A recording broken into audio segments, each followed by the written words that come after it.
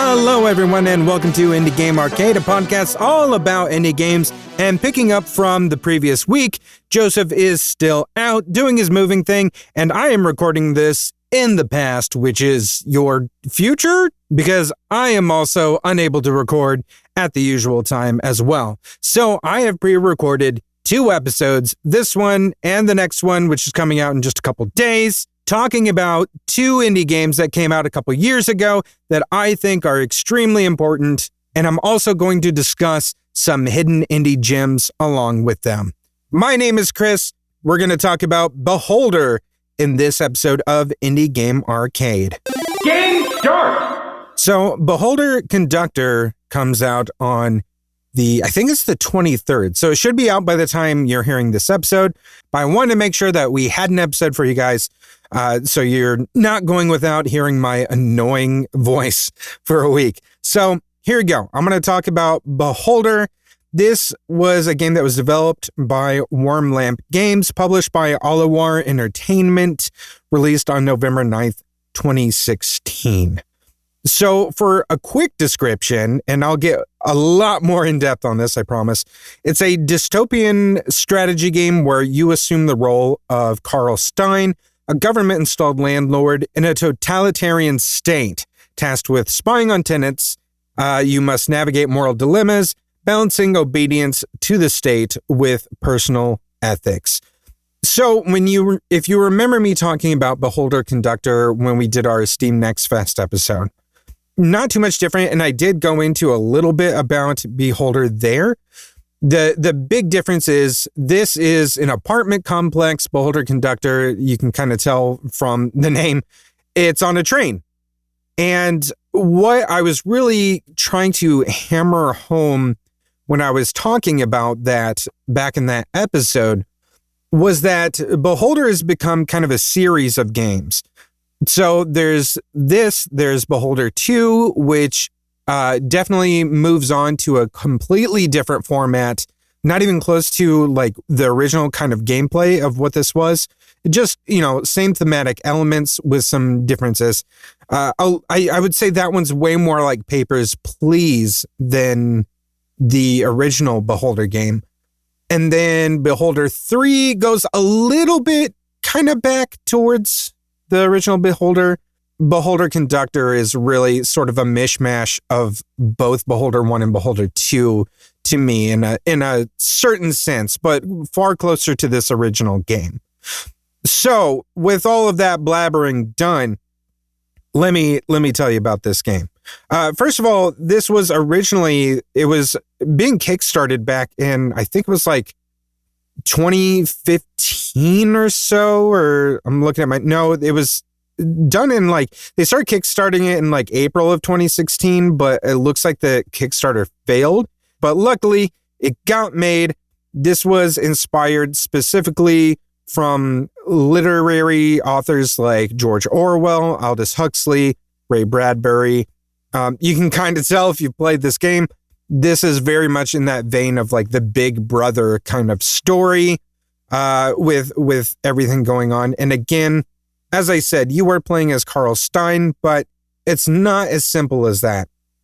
Carl has a family. He's got a wife, he's got 2 kids, and you are trying to keep them happy and healthy while you are acting as the landlord for this government, kind of sort of government instilled building. You're just the one in charge of this thing.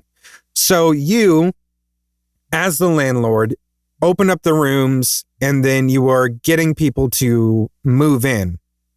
However, because this is a, totalitarian state, very much like Orwell's 1984, you also are in charge of profiling everybody that moves into this place and reporting that back to the state and spying on them and seeing if they're doing anything secretive. Are they plotting against the government? Are they doing things that are illegal? So you're basically having to surveil, you're having to search, you're having to make reports. That's a lot of the big picture mechanics of what's going on. But like when you get into the nitty gritty, like the big driving factor of this thing is really the choices that you're making and the consequences as a result of the choices that you make. So let's talk about those mechanics in a little bit more detail. So you've moved some families into your home or into the apartment complex. There's a few different ways that you can sort of gather evidence on them or profile them. And you can send these profiles without like any consequence, really. This is just like getting to know these people, who they are, what they do, what their days are like. And you send that off to the government, the state, for information so that they have info on these people. So that's as easy as, you go and you can talk to them, learn some things about them. Or when they leave, you go into their apartments and you search through all their stuff. If you find anything of note, like you might open a drawer or something, there's a lot of different things and you hover over them, it might say a few different things, but anything of note, like the icon will appear like slightly differently and you can click on it and it will basically add a little blurb with that icon to like your information about them in like your personal inventory. You have like a personal little inventory of like every tenant and everything, like a tenant log, so to speak. And then you can go back to your computer, which is in the basement of this apartment complex, and use all of the information that you've gathered to make a complete profile on these tenants, send that off to the state. Let me explain why you might want to do that. So there are two currencies that you are really balancing in this game. One is money, one is reputation with the state. Money you're going to need for pretty much everything, for buying supplies, which I'll explain in a minute what kind of supplies you might need, buying things for your family, which again, I'll explain in a minute. You definitely need a lot of money. You're also going to need a ton of money for the end game. And then the reputation with the state. If that reputation reaches 0, you get arrested and it's game over. So you got to keep that somewhere, right? That reputation can also be used to purchase certain things. So for example, part of the game, again, is not just profiling, but also spying for the state, making reports. There are like new laws that get added every day. If you've played Papers, Please, you know kind of what I'm talking about, how like the difficulty ramps up because like new laws are constantly being added. It's the same here, and sometimes it's multiple times a day. Let's say second day apples are now outlawed. You need to go around and see like, is anyone eating apples? Are they hiding apples somewhere? How do you do that and you don't get caught? So one thing that you can do is glance through the peephole of their door, right? So that will effectively only give you a small cone of vision.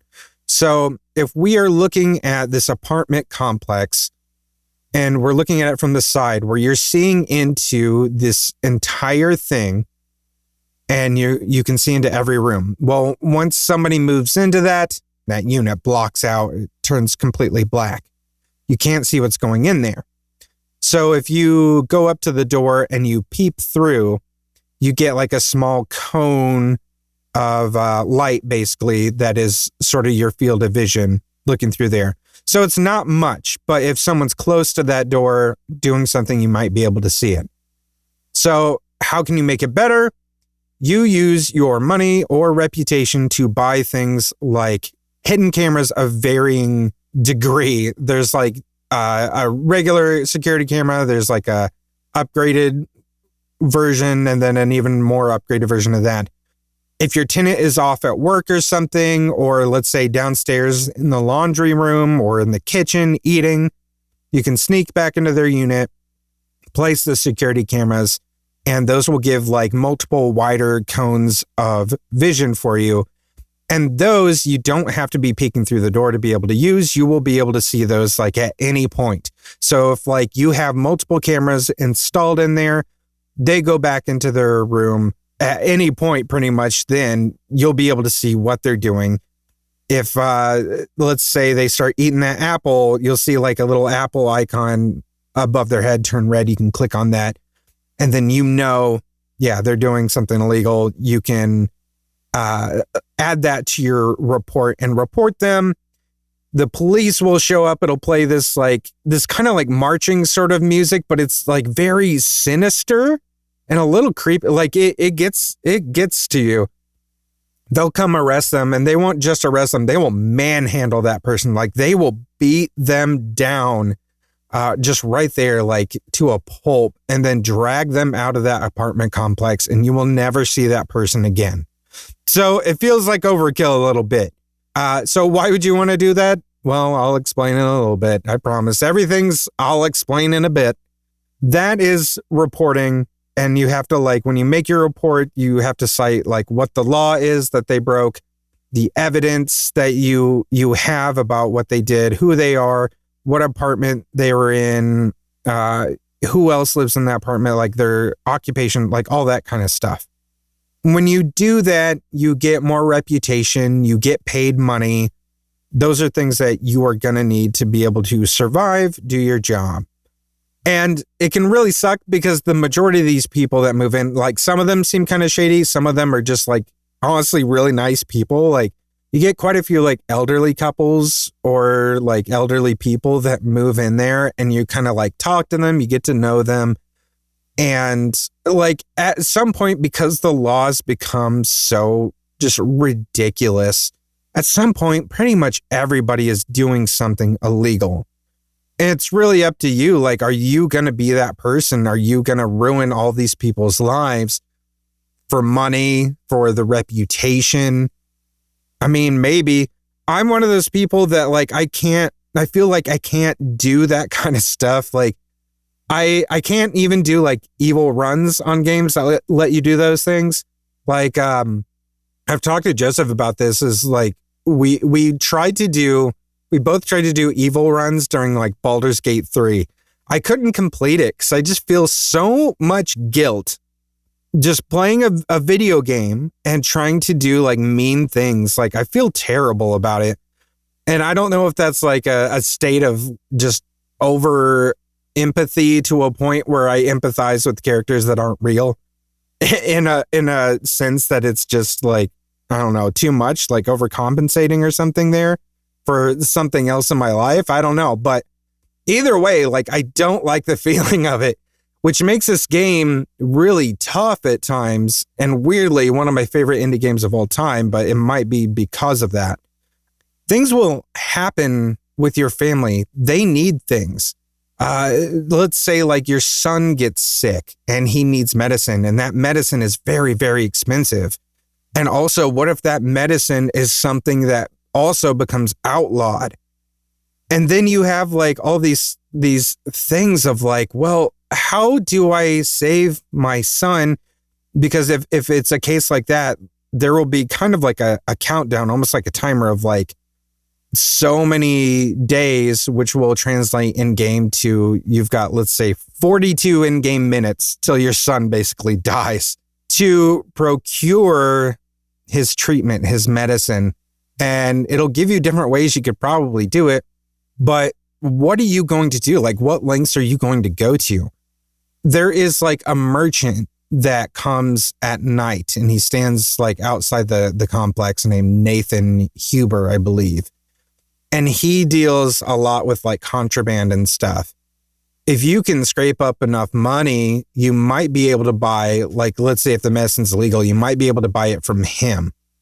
If you get caught with that medicine, though, like, what do you think's going to happen? Otherwise, let's say you find the medicine on one of your other tenants or something, and that's illegal. If you steal that medicine, they might find out. I mean, they're going to know that it was pretty much you because you're the only one with a key to their place, right? You can also blackmail. So you could take it, blackmail them, and get some money out of them in the process too, so that maybe they keep quiet. There's a lot of different things you could do. None of them feel great. There's also the idea that, let's say you don't have the money to buy it and you do need to buy it from this shady dealer, Nathan.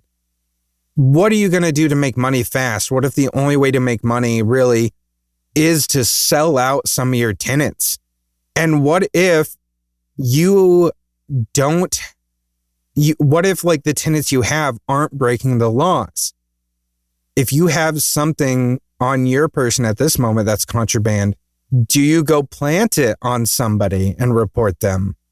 These are like the kinds of things that can happen in this game and take place that you have to make these decisions and really decide like how far will you go in these decisions, in these situations and stuff. And it's so fascinating to me to learn, one, the different things that I will do to achieve the outcome I want. So if like, I think the very first time I played this game, I can't remember if I got my entire family out alive. I don't believe I did. I know one run I did for sure. Hang on, though, that predicates that there is an end game, and there is, because I did hint at that earlier. The end game of this is eventually you want to escape the country. Who wouldn't in a country like this with such an oppressive regime? It takes a lot of money to get out of there. And eventually, there's going to be different routes you can take to do it. You might have to completely destroy some people's lives to do it. You might have to really take some gambles to do it, and it might blow up in your face. You might have to trust some people that might not be good people, and that could very much be a risk. There's a lot of stuff that can happen.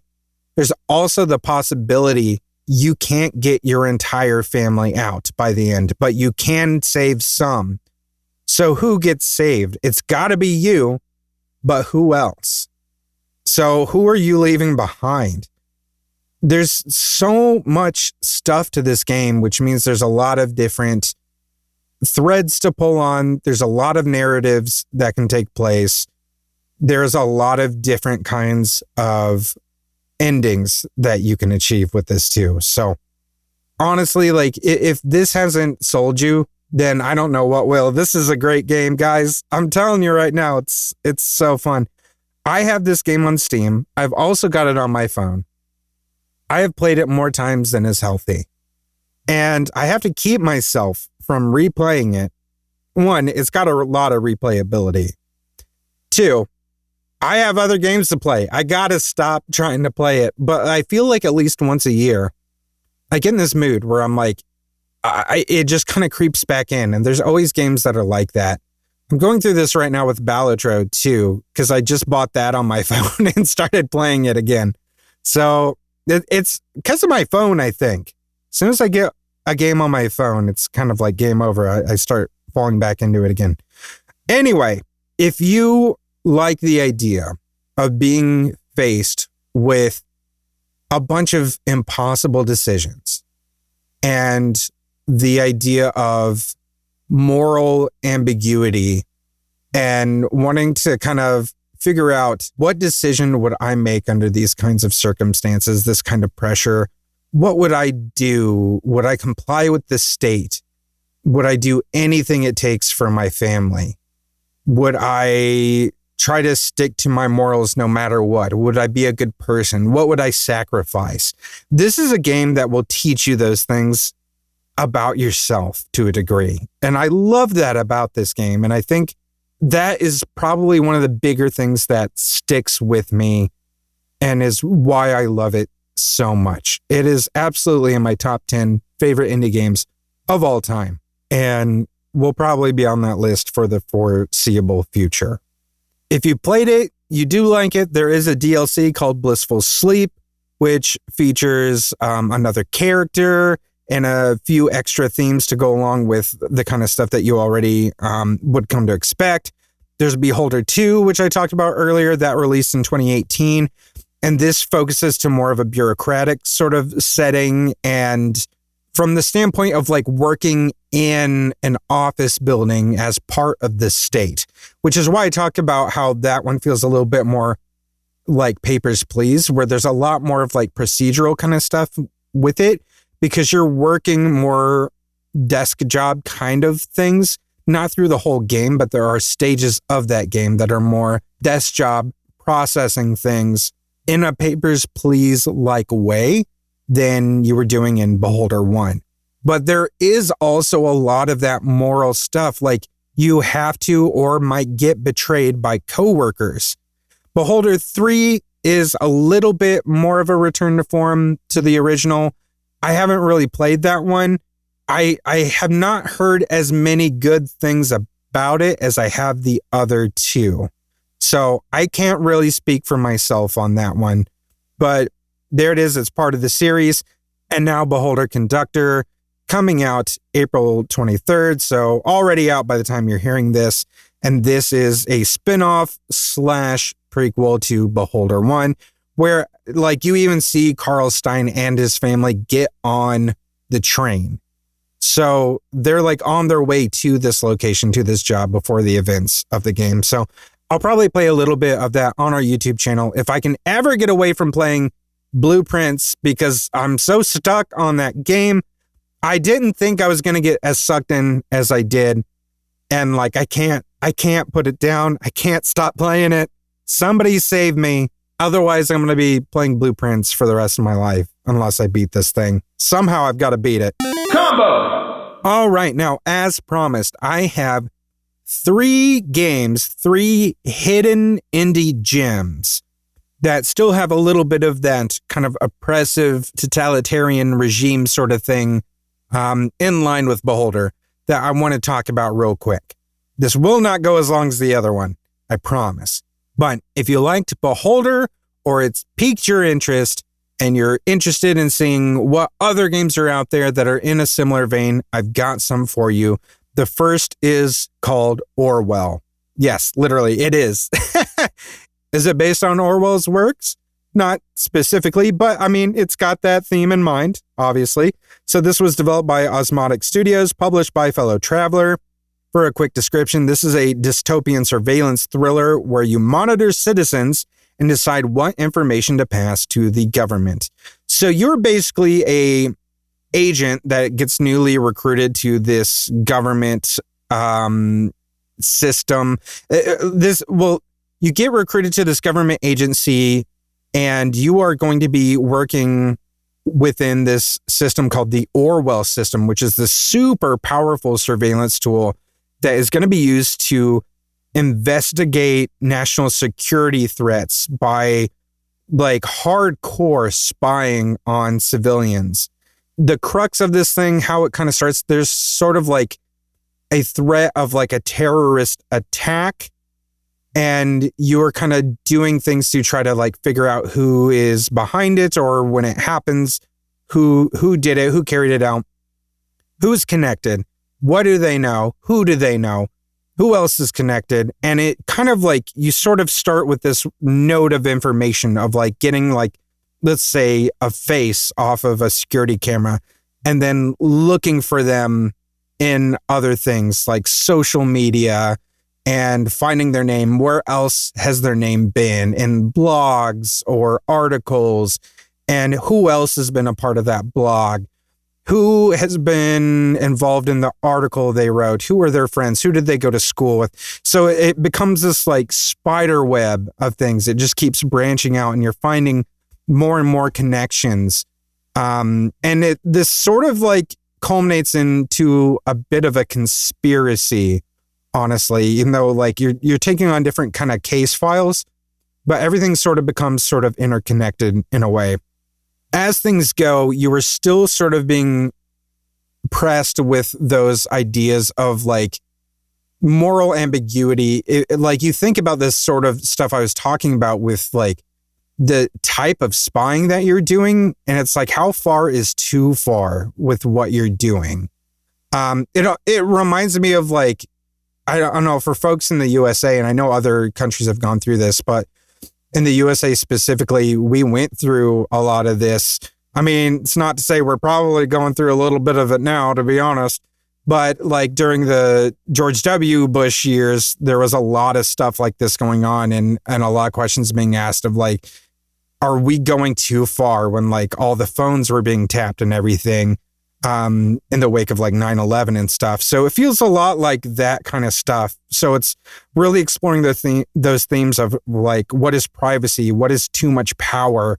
And then the idea also of misinformation. And like, you are the one that really is funneling the information to the government. So it's like you could accidentally send them misinformation, or you could purposefully send them misinformation if you decide that you don't like what we're doing, or you don't trust the government, let's say, or maybe you think the government is like really hounding on this one specific person, or there's a person connected to things that are going on, but like to you, you think this person, there's no way they're really involved. So you feed misinformation to kind of like get the government off of them and focus somewhere else. Those are all things that you can do in this game. It's all done through point and click data collection, where you are dragging and dropping chunks of data from sources like social media, emails, articles, voicemail transcriptions, and putting that into like reports or whatever to send to, this Orwell system. There's multiple endings, obviously, based on like the different narrative branches and things that you travel down. So it really depends on your surveillance style, the ethical choices or unethical choices that you make. It was a lot of fun. I had a really good time with it. There's also a second game. I believe it's called Orwell, Ignorance is Strength. And both of them were a lot of fun. There's a lot of replayability because of the branching narratives and the consequences. I played one. I don't remember if it was the first one or the sequel. And the ending I got to, like, someone was like, "Oh, that wasn't even the good ending. Like, why did you even post that? Like, you didn't even get to the good one." But like, I got to a conclusion that took me like several hours. But anyway, that just goes to show, like, there's a lot that you can do with this. It's very much a you are the guy in the chair kind of game, if you know what I mean. And this next game is going to be a little bit similar to that. This is called Song of Farca. This was developed by Wooden Monkeys, also published by Alawar, much like the Beholder series. For a quick description of this one, a cyber noir detective game where you solve cases through hacking and remote surveillance from your apartment. You are playing as this young woman who's named Isabella Song. She is a PI who is on house arrest, and she is trying to continue her job as a PI while working remotely. She can't leave that apartment. This is kind of like a little bit of a cyberpunkish sort of thing, just, not like cyberpunk like the series Cyberpunk, but a little similar. Drones, lots of hacking, things like that. Lots of corruption in the city. So like, you will take on jobs, help people out, help people find other people, find items of theirs, maybe shake people down through a little bit of blackmail, stuff like that. Eventually, you will start to take on a case or cases that are a little bigger than yourselves. Maybe you're biting a little more than you can chew.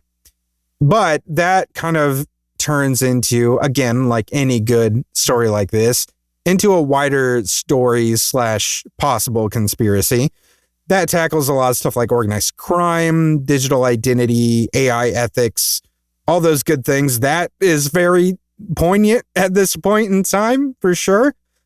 And so the kinds of things that you're doing is you're sort of like Orwell, you're analyzing clues from multiple sources, like people's phones, online data like websites, blogs. You're hacking into security cameras, but you're also doing things like sending drones out to spy on people, to chase people down.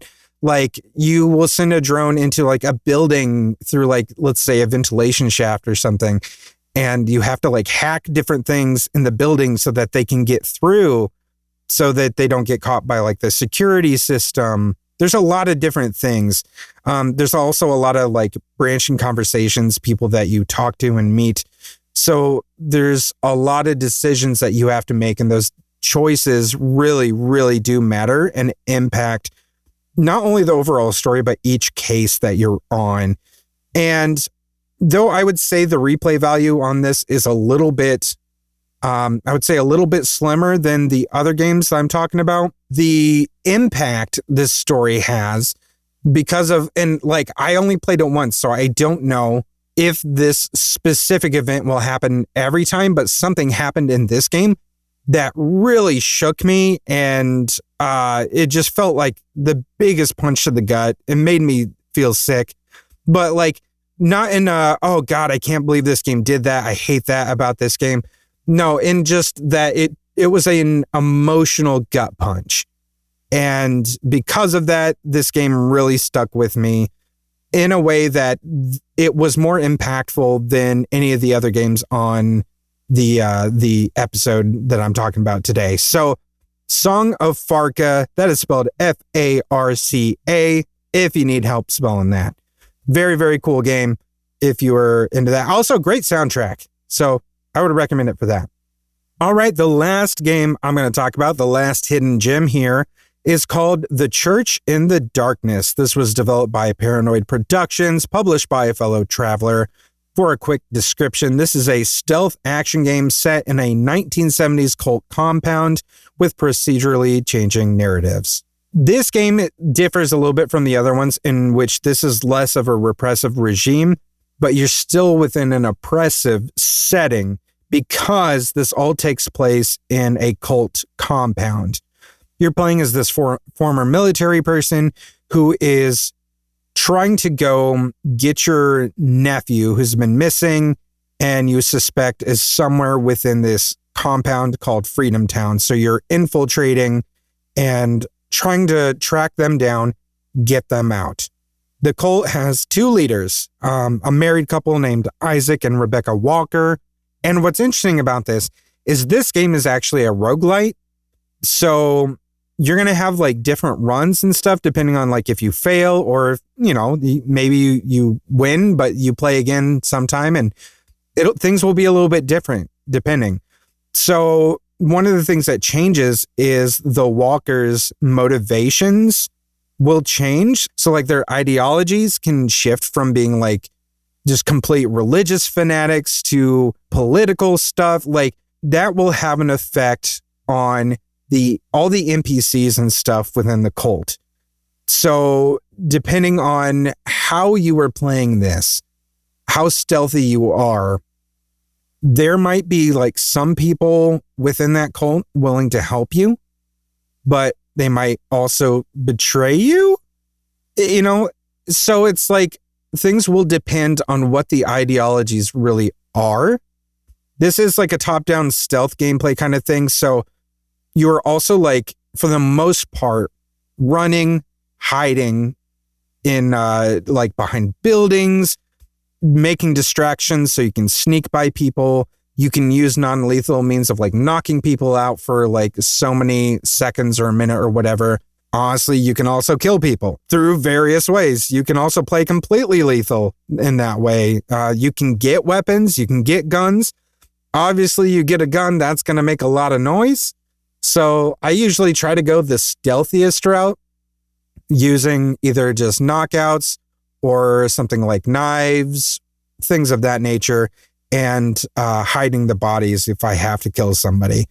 Because if you like leave the body out in the open and it gets seen, then they know you're there, they know someone's there, and then they're going to be looking for you. You'll hear sirens, you'll hear the walkers will start going over the intercoms and they're telling everyone to be looking for you. You can also, it's possible to find disguises, which will work to some degree, but like it only works like from a certain range. Like if you get too close to certain folks, then they're going to see through that disguise.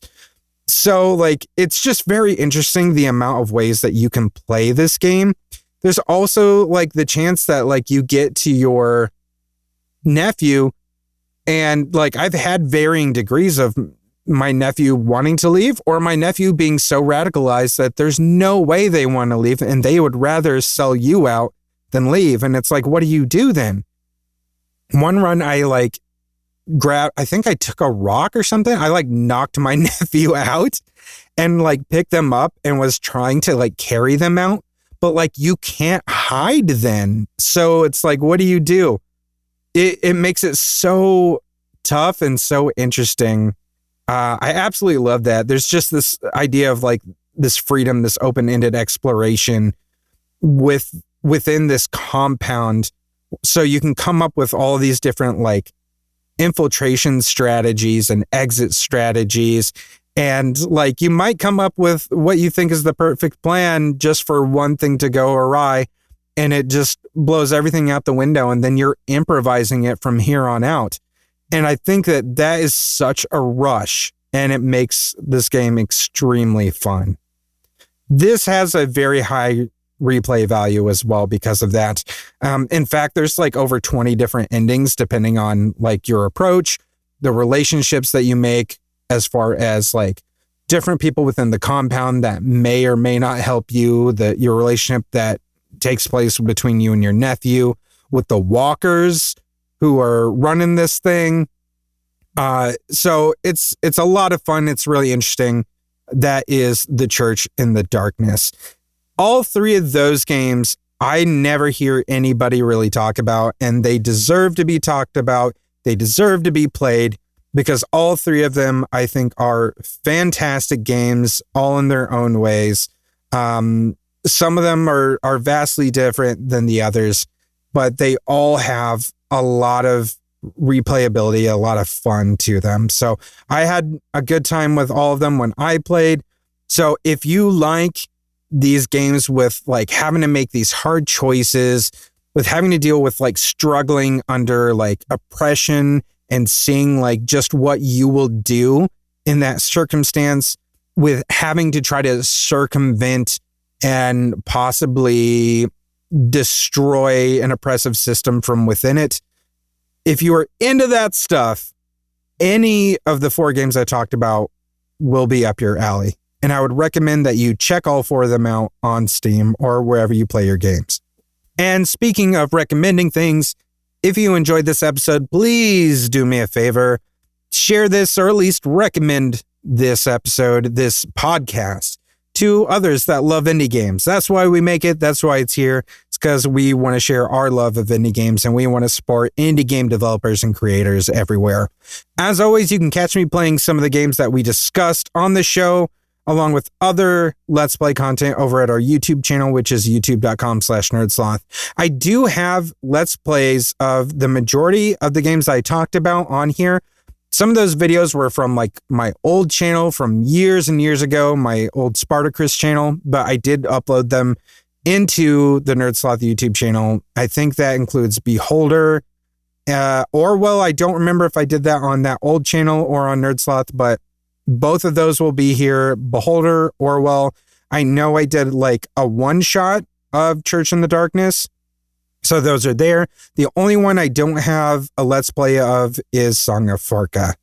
But eventually, maybe I'll get there. I'll play it again and upload that. So anyway, if you are not sure, if you're feeling a little money shy on those, and you're just not sure if they're the games for you, but you're kind of interested, I encourage you to head over to our YouTube channel, do our search, look for Beholder, look for Church in the Darkness, look for Orwell or Orwell Ignorance is Strength. I did both of the games, and check those out. I promise I will be as entertaining as I can possibly be. We also have hundreds of hours of bonus content for $1 a month over at our Patreon. That is what we call the Nerdsloth Treehouse. That is patreon.com/nerdsloth. And when I say hundreds of hours, I am not joking. It is hundreds of hours of bonus content. Lots of podcasts, lots of videos, all kinds of good stuff for just $1 a month. We've also got our exclusive podcast there for those that feel like paying the $5 amount as well. That's called the Nerdsloth Podcast. We've had to put it on like paused for the last 2 weeks, mainly for my mental health and because Joseph is gearing up to move, which now he is moving. So after the next couple weeks, we'll be back to producing those episodes. And those are usually us being super, super goofy. And some of them are us just answering the silliest of questions together. And some of them are us using our creative brains, coming up with ideas, whether they're for creating TTRPG games or creating video games. We do a lot of that stuff because at Sloth Creative, we are also in the middle of making some games and stuff. So sometimes we do some of our brainstorming there, or just come up with completely new ideas that we will put on the shelf for years and years and maybe never touch. So if you want to steal some ideas, that might be a place to do it. At nerdsloth.com, which is our website, you can also find a link to our Discord server and our merch store. We have designs there now that you can choose from if you're interested in further supporting the show. You can also join our subreddit for Indie Game Arcade. Help me post some reviews of indie games so more folks can find games that suit their play style. So far, it's only been me posting, but I've posted quite a few. And honestly, if you want to post a review of an indie game, I welcome you to do so, especially if there are indie games that don't get talked about often enough. There's just a few rules there. Mainly just be nice and don't shit talk. Just post a real review, not a rant, and everything will be okie dokie. Game over. That's game over for me. My name's Chris, and I'll continue on the next episode. Continue. Indie Game Arcade is recorded and produced by Sloth Creative. If you're looking for more gaming content, head over to youtube.com/nerdsloth. For additional podcasts, go to nerdsloth.com. If you'd like to support the show, there are multiple tiers available at patreon.com/nerdsloth, with hundreds of hours of bonus content from everything we do at Sloth Creative, including bonus gameplay videos of the games we talk about on the show. The theme music for the show is Retro Game Tapes by Audio Lime. If you'd like to get in touch with us, or if you're an indie game developer and would like us to consider reviewing your game, send us an email to podcasts@nerdsloth.com with the subject line Indie Game Arcade.